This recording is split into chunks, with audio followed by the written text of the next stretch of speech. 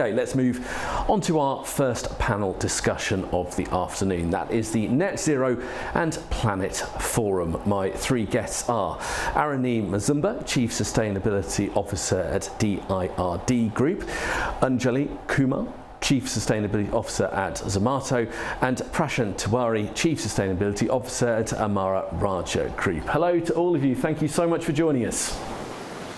Hi, thank you. Thank you for inviting us. You are very, very welcome indeed. Okay, well, we've got a lot to get through over the next 35 or 40 minutes or so, and we will leave space for questions in the end. But we'll start, which I always think is a good place to begin on any of these discussions, about the challenges. There's never any doubt that so many businesses, companies, organisations are trying to get their sustainability plans in place and make sure they're effective.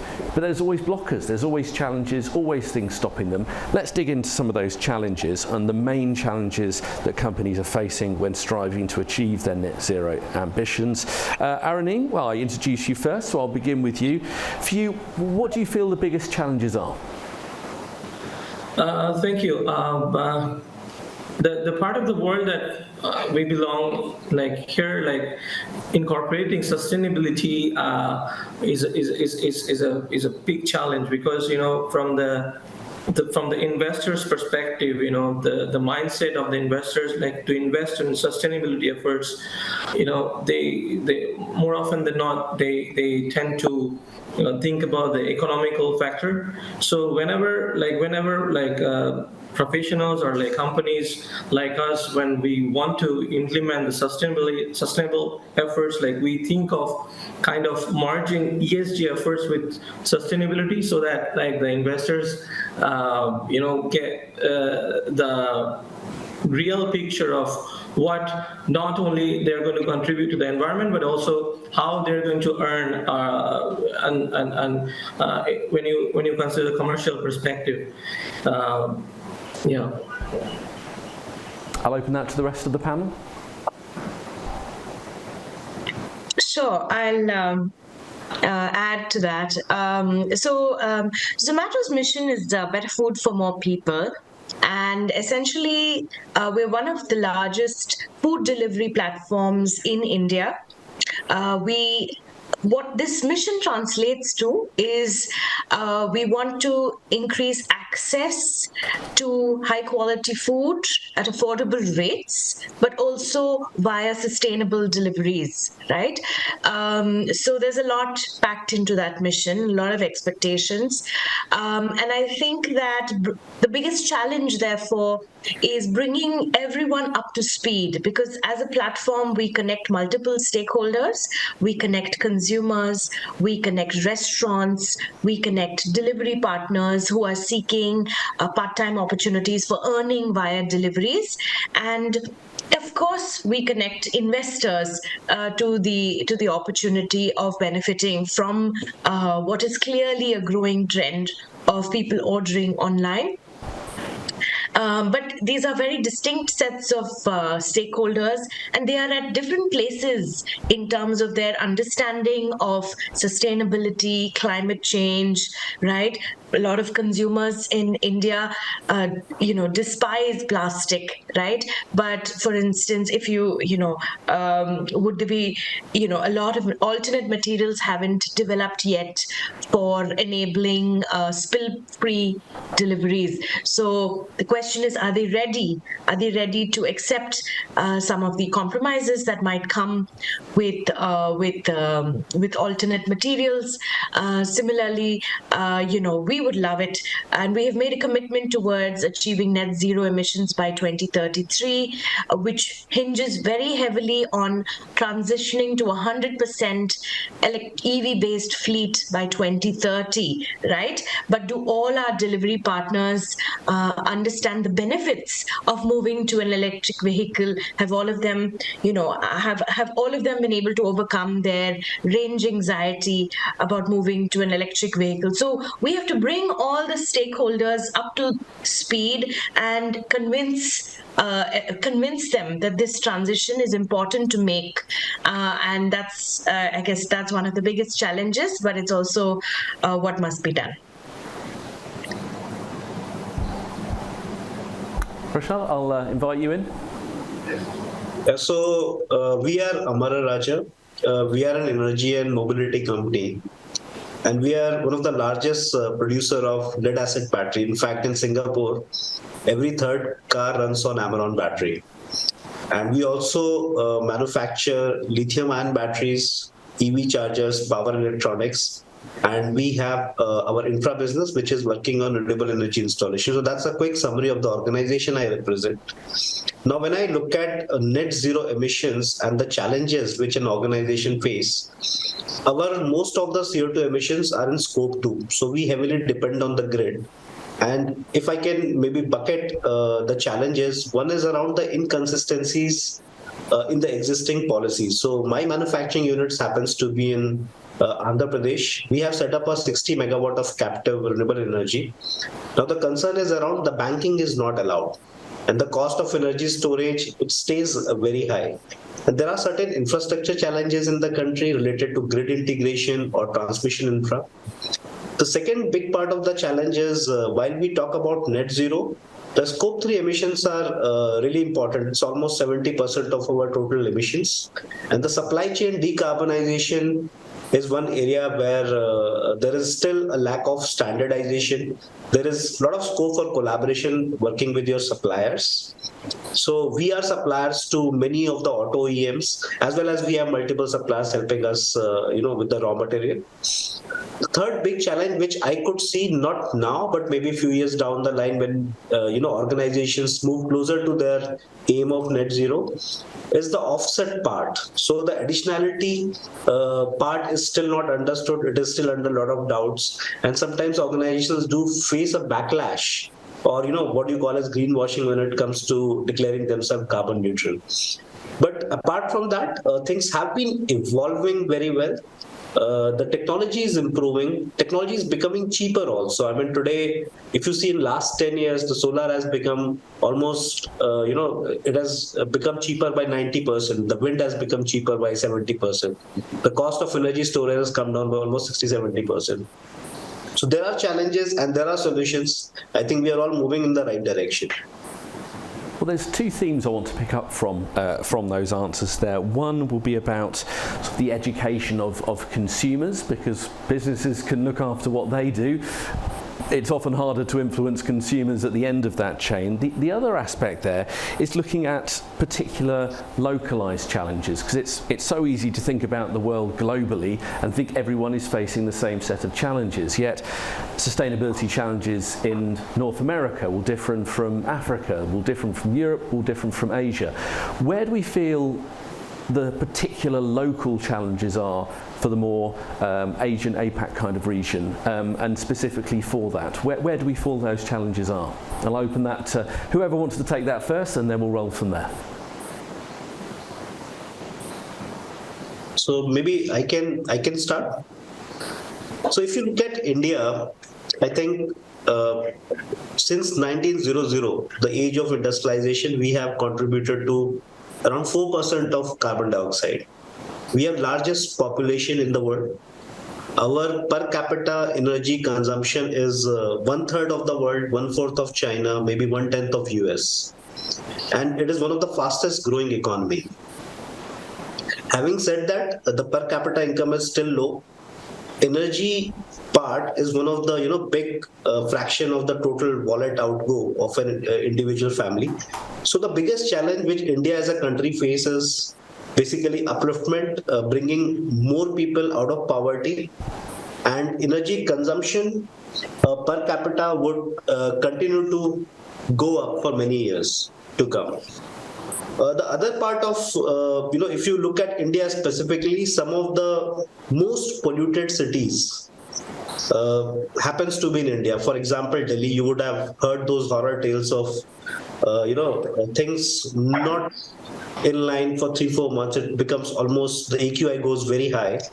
So we also need to find out ways to bring down the energy cost, find out cleaner resources, cleaner ways of generating electricity or energy, And the good thing is now we have solutions. The price of energy has actually come down.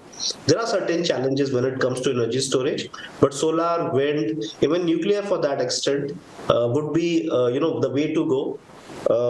We need to improve. If I'm specifically talking about India, so on Human Development Index also, we are ranked 132. And next 10-15 years, you would see, our energy consumption almost doubling. However, CO2 emission per capita would not increase with that pace. There would be certain increase, but it would finally stabilize after 2030. That's what my guess is. And the government has been, very proactive in providing the enabling environment for this energy revolution, if I may call it, electrical mobility. I'd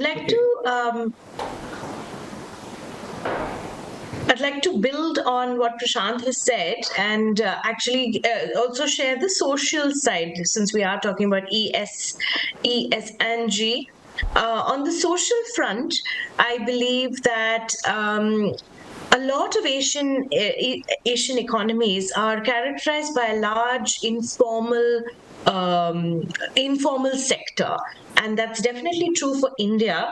Over 80% of India's workforce are actually informal workers. In fact, it's only 5 to 10% that are in the formal workforce.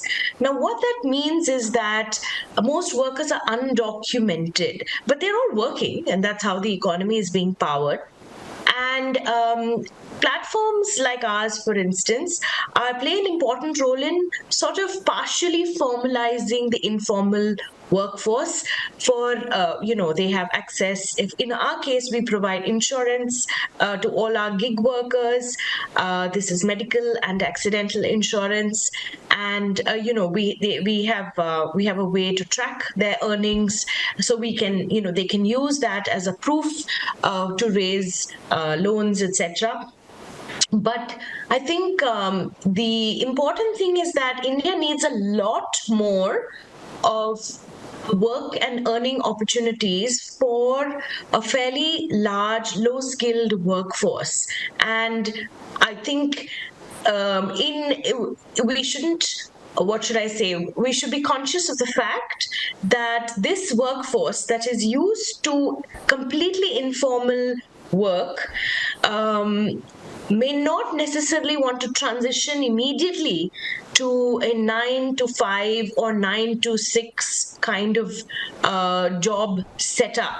Not everyone in the Indian economy is well suited for a manufacturing environment, for instance, with fixed hours at a fixed location, with very limited flexibility. If you ask gig workers in India today why they prefer gig work sometimes over and very often over 9 to 6 jobs, it's primarily because of the flexibility that allows them to tend to their families, visit their villages when they need to be there, participate in the harvest season in their hometowns. So I think it's quite important to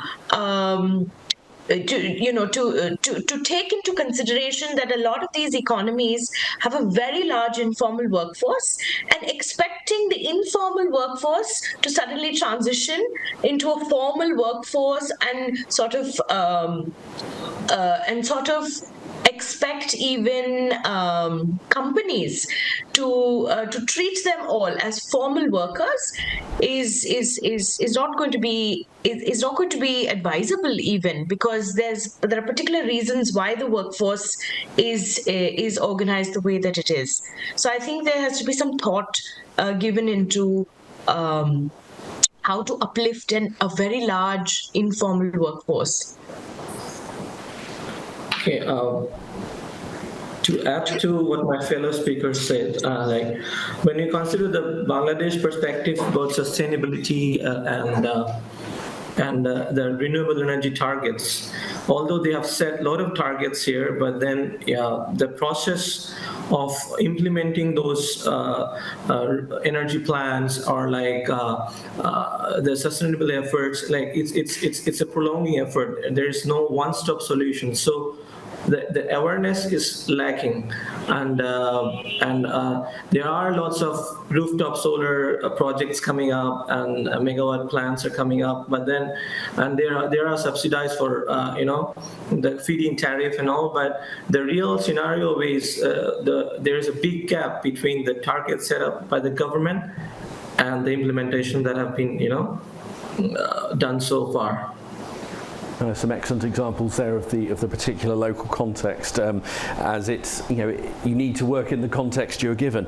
One example I wanted to return to, Anjali, what you were saying there about the spill-proof containers, for example, which is a fantastic micro example of how consumers are affected. It could be the most sustainable, biodegradable, circular. Pick a word. It could be the best solution for that particular solution for that particular problem, but if the consumer isn't happy with it, then there's a problem, and that could be whether you work in batteries, textiles, manufacturing, whatever sector you work in. If the consumer at the end of the chain isn't satisfied with the problem, satisfied with the solution, then you have a problem. Excuse me. That's something that was picked up in the questions that we've had coming in from Priti Mundra. Compromise on spill-proof delivery with plastics is understood. Where does it stand on health grounds? That's a good question. Let's return to how we actually get consumers on board.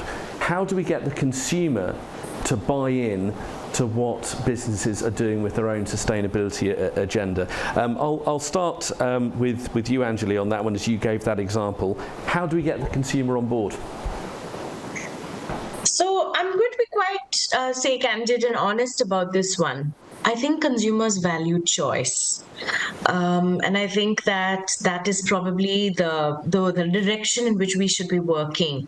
So there are a small group of consumers who I would describe as hardcore environmentalists who are willing to even pay extra for completely compostable or biodegradable packaging, because high quality compostable and biodegradable packaging does come today at an additional cost, and there's a small group of consumers that's willing to bear that. But for large part, a lot of everyone else falls in the spectrum of consumers that don't want to be paying extra, and there are certain consumers who are very particular that the packaging in which their food order comes must be absolutely it must retain a lot of heat, because they like to eat a lot of Asian cuisine, for instance, is served hot, so you don't want to compromise on the heat retention factor. So I think that different consumers want different things. Managing choice at the restaurant end is complicated. There are some people who even want reusable packaging, things that they don't mind washing and sending back to the restaurant. But the fact of the matter is that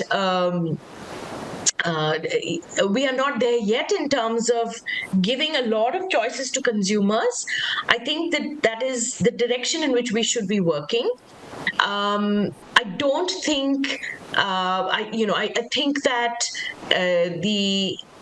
not all consumers will want to make a compromise and accept only one type of packaging. So if that answers the question, I think all companies, if they don't want to lose out on being competitive in the marketplace, right? As a company, Zomato is not the only food delivery player in the country. It's also possible that someone else comes along and comes up with superior packaging. And if that delivers a better customer experience, then, I can expect consumers to graduate to their service. So I have to be on top of my game, and I need to be working towards kinds of packaging options for consumers that allow different segments to get what they want without losing out on my own cost competitiveness. So that is a big challenge. Thank you, Anjali. I'll open that to the rest of the panel. How do we get consumers on board? May I add to Anjali? Yeah. So here, like, sorry, I didn't tell about our group. Like, DART group is a group of companies. We have like textiles, engineering, waste management, recycling, the renewable energy solutions, IT. It's a combined group of companies. So when we talk about DART textile, we are presently as a group focusing on the scope 4 emissions. What is scope 4 emission is like we are creating awareness among our set of buyers from the European origins, or like where they kind of tell us to give them sustainability, or a green products, but in return they're reluctant to pay more for that. But when we do the packaging of our products and sell those products, we actually showcase them like how much they're going to save and what's the environmental impact that the end consumers is going to have if they use our product, and which material. As for example, like we do recycling, we do recycling of PET bottles. So we make fibers out of the PET flakes, and we make geotextile and other sort of textiles. So when we say that, like in our packaging, we say like, let's say we have recycled 10,000 tons of plastic bottles per month, and these are the emissions that you're going to save. So instead of putting efforts in planting green trees, or like saving from your own pocket, like we are doing it for you, so you can pay extra to us. Yeah. Maybe I would like to start with the anecdote. When I think about the new age consumers, and I think about my kids, what they're studying in the school today. I mean, they have projects on renewable energy, electrical mobility, waste segregation. They correct my behavior. I mean, they question me if I go and buy a diesel car. So this is the new age consumer. I would say, as of now, while we are in India and we are yet to make that progress, become self-sufficient in everything else, probably a customer would think multiple times paying extra for a green product. And that is where the policy making has a huge role to play. Now, if you look at India, what has happened in the last few years, it makes more sense to buy an electrical two-wheeler purely on cash flow diagram, Government has rolled out FAME subsidies to improve the adoption of electrical vehicles. The cost of batteries has been coming down. And today, if you do some basic fundamental maths and keep carbon part aside, you may realize that for a lot of people, when it comes to two-wheelers, three-wheelers, and even four-wheelers where the running is high, it makes more sense to buy an EV. So consumer behavior is, of course, changing. But policy making, the government providing that enabling ecosystem would also play a huge role in this transition. So that's my few thoughts around this. Yes, Prashant, I know exactly what you mean. My 11-year-old daughter at home, she is head of recycling in my household, and what she doesn't know about the symbols on the back of food packaging just isn't worth knowing about. So anyway, I know exactly what you're saying there.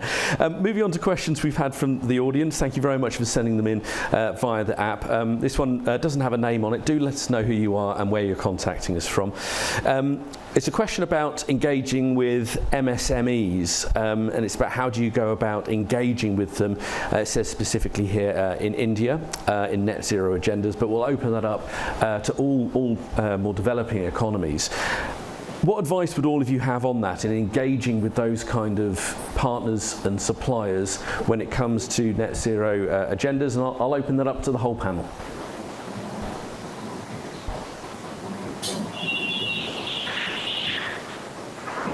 Can I start? Of course. I think the most important thing is respect. I mean, we deal with our suppliers, and we are suppliers to many. Now, the problem which we are actually, and I'm sure a lot of Indian organizations would be going through is, if we have 30 suppliers, 30 customers, they would have 30 different Excel sheets asking for the information. and not knowingly at the same type of information. Everybody will ask for what is your accident rates, your scope 1, 2, 3 emissions, the energy projects, but there is huge lack of standardization. So, and most of the times it comes as a mandate. And unknowingly, we also end up doing the same with our suppliers. We also assume that MSME does not have the capability, they do not understand what is being talked about, and we start getting into the training programs without really understanding what is material to them. So the fundamental, starting point would be respect, bringing some more standardization, and third is collaborative approach. I mean, sitting in an office and asking for information and data and their targets is not going to help here. We need to visit their plants, their manufacturing units, help them understand what is material to them, how it is going to benefit in the business. There are huge opportunity space which sometimes they may not realize. And then having, in your own suppliers engagement, the process of selection needs to have more ESG consideration, regular engagements, assessments, having action plans, and going forward, maybe giving more priority to the suppliers who are, more ESG compliant. So these are some of the strategies that might work as we look forward. To add to what Prashant said, when we consider our case, we collect the PET bottles, the wastage PET bottles from a lot of suppliers around the country. It's not organized in this part of the world, but we do have, over the period of time, we're doing this for the last 10 years. So we have formulated some suppliers. So they supply the PET bottles with the bottle top, and also the plastic part of it, the labeling. So once they supply, our machines just doesn't support the recycling of the top part and the labeling part. So when we asked our suppliers to, what do you do with the other part? And they're like, we just throw it in the landfill. So it's like, in a part we're recycling some wastage, and then when we're returning those parts to the supplier, they're just polluting the environment. So in those cases, for some of the suppliers, we actually made efforts, to help them reuse those and resell those things to the other companies where those can be recycled, and products like biofuel can be made through pyrolysis or some other stuff. So that's the part of little awareness that we did, but for the broader perspective, the government intervention or others more awareness creating activities needs to be done. Yeah. Anjali? So it's a technology platform that connects various stakeholders, as I described. A lot of our suppliers don't even fall in the MSME category. They're actually individuals, right? So I think the only way to sort of talk to them about sustainability and topics that can be quite technical is to contextualize it to what they might be most interested in, especially if you're looking at making disclosures and that you need to do for your own compliance purposes.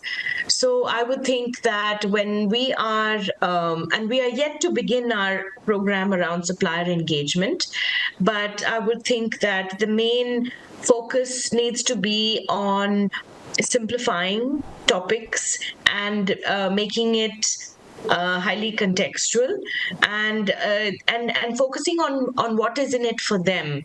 So if I'm talking to my payment gateways or if I'm talking to logistics suppliers, which are again MSMEs to me, for me, MSME suppliers, I would have to be very focused on areas which have a clear benefit to them, including energy saving, cost saving. I think I would have to do that translation of what is in it for them. And some things, of course, would be easier, but I think some things we are going to struggle with. For instance, gender diversity, the disclosure itself will be easy, but why should they be working towards it is a question that we will need to sit down and address with them. Yes, these are complicated challenges. If it was easy, it would all be done by now, I'm sure. Yeah. Let's move on to some other matters now, and look at, well, you're all coming from very different types of organisations, different kinds of markets, but one thing I'm always fascinated about is how different organisations go about integrating sustainability into their operations, different approaches, different successful strategies. I'll open this up to all of you, and Araneem, I'll start with you. How have you at DRD Group gone about integrating sustainability strategies into what you do? Okay, so thank you. I will start with like what we did from the energy perspective, and then we'll move into the other sides also. Like before, like our group, I'll just give an example of one of our plants. Like we have a captive power plant which is running on gas. It's around 12 megawatts. So our whole plan used to run on only gas, but the problem is the gas pressure in those areas are not stable. So what we did is like we first targeted to diversify our energy needs. Like we popped in a grid connection, and then we also introduced around like it's on the verge of implementing is around 6 megawatt rooftop solar renewable energy plant, which we are using over the top of the 36 buildings that we have in one of the plants. That is, so we are diversifying our energy needs, and we are also using the waste. We are starting up like the waste plastic that we were unable to recycle before, as we used to return to the supplier. So we are setting up a plan to recycle those the HDPE, like those plastics, and making like diesel to run our generators and boilers. And when it comes to the logistic, we are mostly focused on electric vehicles these days. And we have set up, as our plant is LEED certified, so we have set up EV charging stations. So we do recharge our own transportations via the electric vehicles, but not all of our vehicles are EV. Like we are on the verge of transforming like phase by phase now. At this moment, like we are 20% of all our transportations are running on electric vehicles. So these are the energy perspective, and when you consider the operations, like before, most of our operations used to run on paper. So as we have a IT company, so we have built our own ERP, and we are very happy to let you know that basically our ERP are being used by the government agencies as well when you consider the value-added taxes and all. So we have transformed our operations, the paper operations. Almost like 60% of them into online. And recently we ran energy efficiency audits in all of our plants, and we are connecting all the energy operations and the machines that we're running through AI modules, so that it can be controlled remotely. And we are presently working with a US-based firm on implementing the artificial intelligence on business plans. Like before, all the plans from different cross-functional departments used to be like it's coming from all directions. But to unify all those and set up a KPI in a single page, it was a big challenge. Now, so what this AI-based software is doing us, it's letting us compare our business plans and setting up alarms regarding the logistics and running the operations in much smoother way. I think this is also a part of sustainability. We are also doing a lot of CSR activities. we have an ETP that runs and recycling of wastewater. Yeah, so that's so far. Examples, and particularly fascinating the use of AI. Prashant, I'll come to you next about how are you integrating it into your core operations? So thank you. I mean, Amara Raja, we started this, I would say, focused journey towards sustainability 2 years back. Now, today, as an organization, we are committed to net zero. Our targets are aligned with increase of 1.5 degrees centigrade as per Paris Agreement, in line with what SBTi recommends. We are committed to reducing our absolute emissions by 60% by 2032. And in last 1 year, I mean, the short data which we have, our carbon intensity has come down by 23%. We have implemented from close to zero, we have moved to 60 megawatt of captive RE installed in our factories, which is 23% of the total energy share of RE. Our plants are zero liquid discharge. We are probably water positive. We are going for assurance this year, so we are water positive overall as well as within our units. Now, coming to how do we integrate sustainability, the first thing which we did when we started to plan out a ESG journey for us, we started listening to our stakeholders. We spoke to our customers, we spoke to our employees, the communities, and tried to understand what is that they consider relevant. Where can organization have an impact and where their activities can impact us. And we listed down the material topics, the areas where organization needs to demonstrate a performance improvement. The second challenge which we faced was the capability building within the organization. So starting with the board, we today have a sustainability committee which is chaired by one of the executive directors. Now, one is the capability building of the senior leadership, and second is assigning them programs and including it in their KRAs. So today, the supply chain head would probably be taking the supplier sustainability piece. Somebody who is managing, there would be a champion for energy, for water. The HR is working towards DEI agenda. They are working towards human rights and due diligences around that. So every senior member has something as a part of their regular KRA and their contribution to sustainability. And this is something which gets reviewed every month. Third thing which we have recently rolled out is AR Sustainability Academy.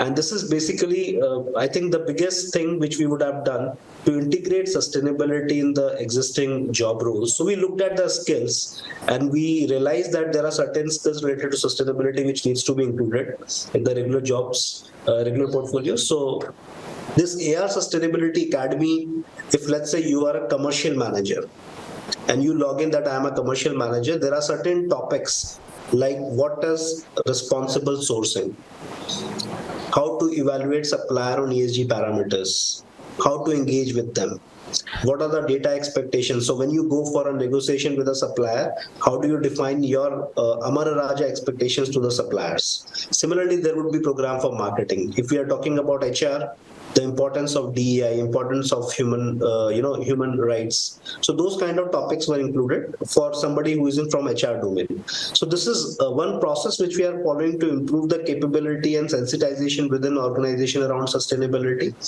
And once you have the buy-in within the organization, and of course, assigned projects to work towards that, we are now releasing sustainability champions program is something which we are looking at, which would have multiple projects around sustainability being driven by the business functions. So this has been one of the key things. Apart from that, there are multiple things which have happened, whether it is energy management system, regular energy audits, the certifications, the reduction in CO2. So I can talk about it, but maybe integration is mostly about building capability, getting the buy-in and making sure that they are part of the process rather than bystanders clapping for us. Yes, achieving buy-in is the $1 billion question, isn't it? And we are very nearly up to time. So Anjali, I'll give you the final word. If you can make this relatively brief, I'd be very grateful. How do you get that buy-in? How do you integrate it into your organisation? Right. I'm actually going to take a leaf out of Prashant's book. We've also followed all those steps at Zomato. And if I had to summarize it for the audience, I would say you will have to think of a a series of the following steps. Step 1 is you do need to communicate with your stakeholders, and this would have to be two-way communication where you take into account issues that are important to them to define your own sustainability agenda. That's step number 1, and we did that as well. Step number 2 is goal setting. I think about what you really want to and can achieve in each of those areas. And we have outlined across 8 sustainability theme areas. We've outlined a set of goals which we released in January.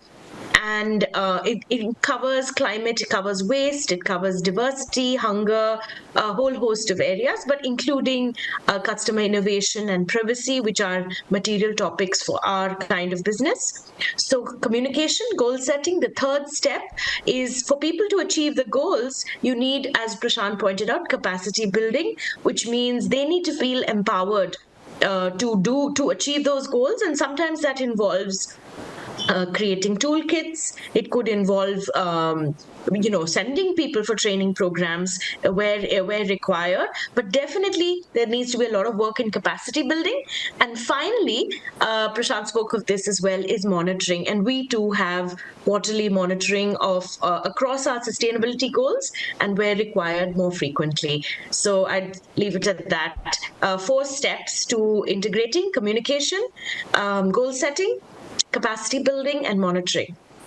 Anjali, thank you very much indeed. That was the final word on that one. I feel we could have gone for an awful lot longer. We had lots more to say, but I'm afraid we are up to time. Thank you so much for joining us, all of you, at Sustainability Live Singapore. You're welcome.